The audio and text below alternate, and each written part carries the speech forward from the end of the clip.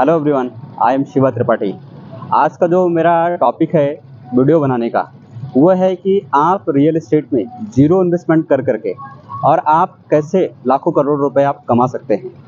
जैसा कि मैं अपनी खुद की स्टोरी में बात करूँगा, जब मैंने रियल एस्टेट बिज़नेस को स्टार्ट किया था, तब मेरे पास में मेरे ऊपर 1 लाख रुपए कर्जा था। लेकिन आज मुझे बताते हुए बहुत प्राउड फील होता है।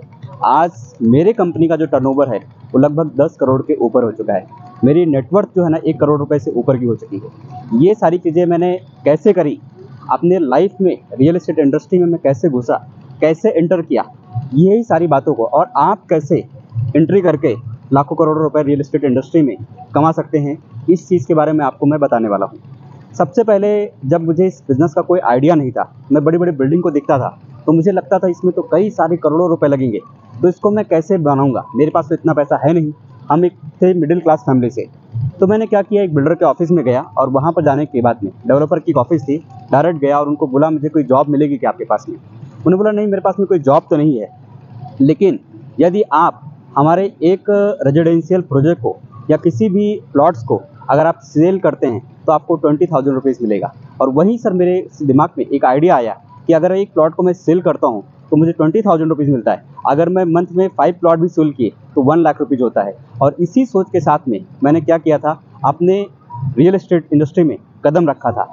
वहाँ से जर्नी की शुरुआत हुई। पहले मैं बना रियल एस्टेट एजेंट। तो सबसे पहले प्रक्रिया होती है इस फील्ड में एंट्री करने के लिए कि आप रियल एस्टेट एजेंट बन करके पहले अपने छोटे-छोटे जो इन्वेस्टमेंट हैं, वो वहाँ से करके काम करके आप अर्न कर सकते हैं। रियल एस्टेट एजेंट बनेंगे पहले आप 1-1 हज़ार स्क्वायर फीट, 2,000 स्क्वायर फीट या रेजिडेंशियल, कमर्शियल, रेंटल प्रॉपर्टी को आप लोग क्या करते हैं, सेल करते हैं। उसके बाद में फिर मैं सेकंड स्टेप में क्या हुआ कि मैंने सीपी बना। सीपी बनने के बाद मेरे पास 10 से 12 लोगों की मैंने टीम बनाई और टीम बनाने के बाद में फिर जो मैं अकेले काम करता था, वो 10 लोगों की टीम के साथ में काम करने लग गया। तो फिर मेरा बिज़नेस बढ़ करके वहाँ से जो 1 लाख, 1.5 लाख पे था, वो 40 से 50 लाख तक पहुँचा। उसके बाद में फिर आगे मैंने क्या किया, सीपी बनने के बाद में फिर ऐसे किसी डेवलपर के, मान लीजिए कि किसी के ऑफिस में बिल्डर के बड़ा बिल्डर है, उसके पास में मैं गया और वहाँ पे देखा उसके 4 to 5 प्रोजेक्ट्स रन कर रहे हैं और उसमें से बहुत सारी यूनिट ऐसे होती हैं जो डेवलपर उनके पास कम टीम होने की वजह से उस प्रोजेक्ट को सोल्ड नहीं कर पा रहे थे। फिर मैंने क्या किया, उनसे बात करके धीरे थोड़ा रिलेशन बिल्डअप करके और उनको दिखाया कि मेरी इतनी बड़ी सेल्स की टीम है, मेरे पास में इतने एम्प्लॉई हैं, मेरे पास में इतना कस्टमर का डेटाबेस है, मैं आज आपके प्रोजेक्ट को विदिन 6 मंथ या विदिन 1 ईयर में उनको कमिटमेंट के साथ में मैं सोल्ड आउट करके दे दूँगा। फिर मैंने क्या किया, धीरे-धीरे प्रोजेक्ट को, प्लॉटिंग के प्रोजेक्ट को, रेजिडेंशियल फ्लैट की यूनिट को सोल्ड आउट करने के लिए होल सेलिंग का प्रोजेक्ट लेने लग गया।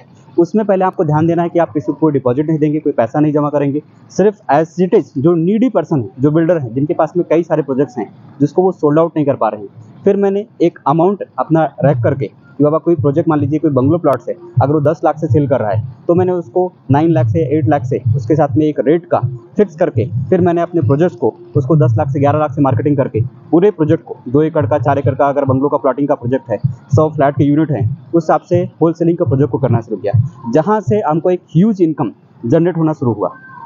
ये हो गया आपका तीसरा स्टेप कि होल सेलिंग को प्रोजेक्ट को करने के बाद में चौथा जो स्टेप आता है वो डेवलपर का या बिल्डर का।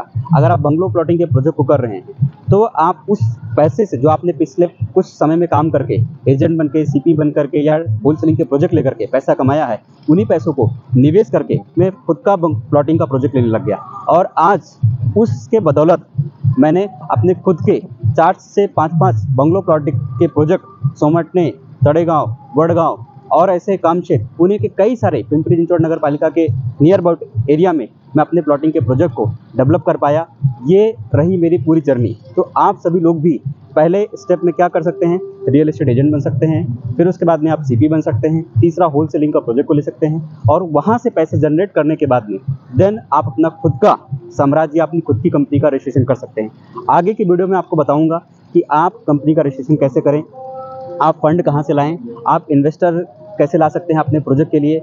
ऐसे बहुत सारी चीज़ें हैं उसमें। फिर कंपनी की ग्रोथ के लिए कंपनी हम कैसे खड़ा कर सकते हैं, कैसे कंपनी को मैनेजमेंट को चलाया जाता है, कैसे मार्केटिंग करी जाती है। आने वाली सीरीज़ के अंदर मैं आपको सारी इस स्टेप बाय स्टेप के बारे में बताऊँगा और अपनी कहानी से भी कोरिलेट करके मैं आपको समझाऊँगा कि कैसे मैंने अपने ज़ीरो इन्वेस्टमेंट में कई करोड़ों की कंपनी को खड़ा किया। मेरी कंपनी का नाम है बिल्डअप प्रॉपर्टी, जो कि आप गूगल पे सर्च करके मेरी कंपनी के बारे में हर एक चीज़ चेकआउट कर सकते हैं। थैंक यू गाइज़, आज के वीडियो में इतना ही।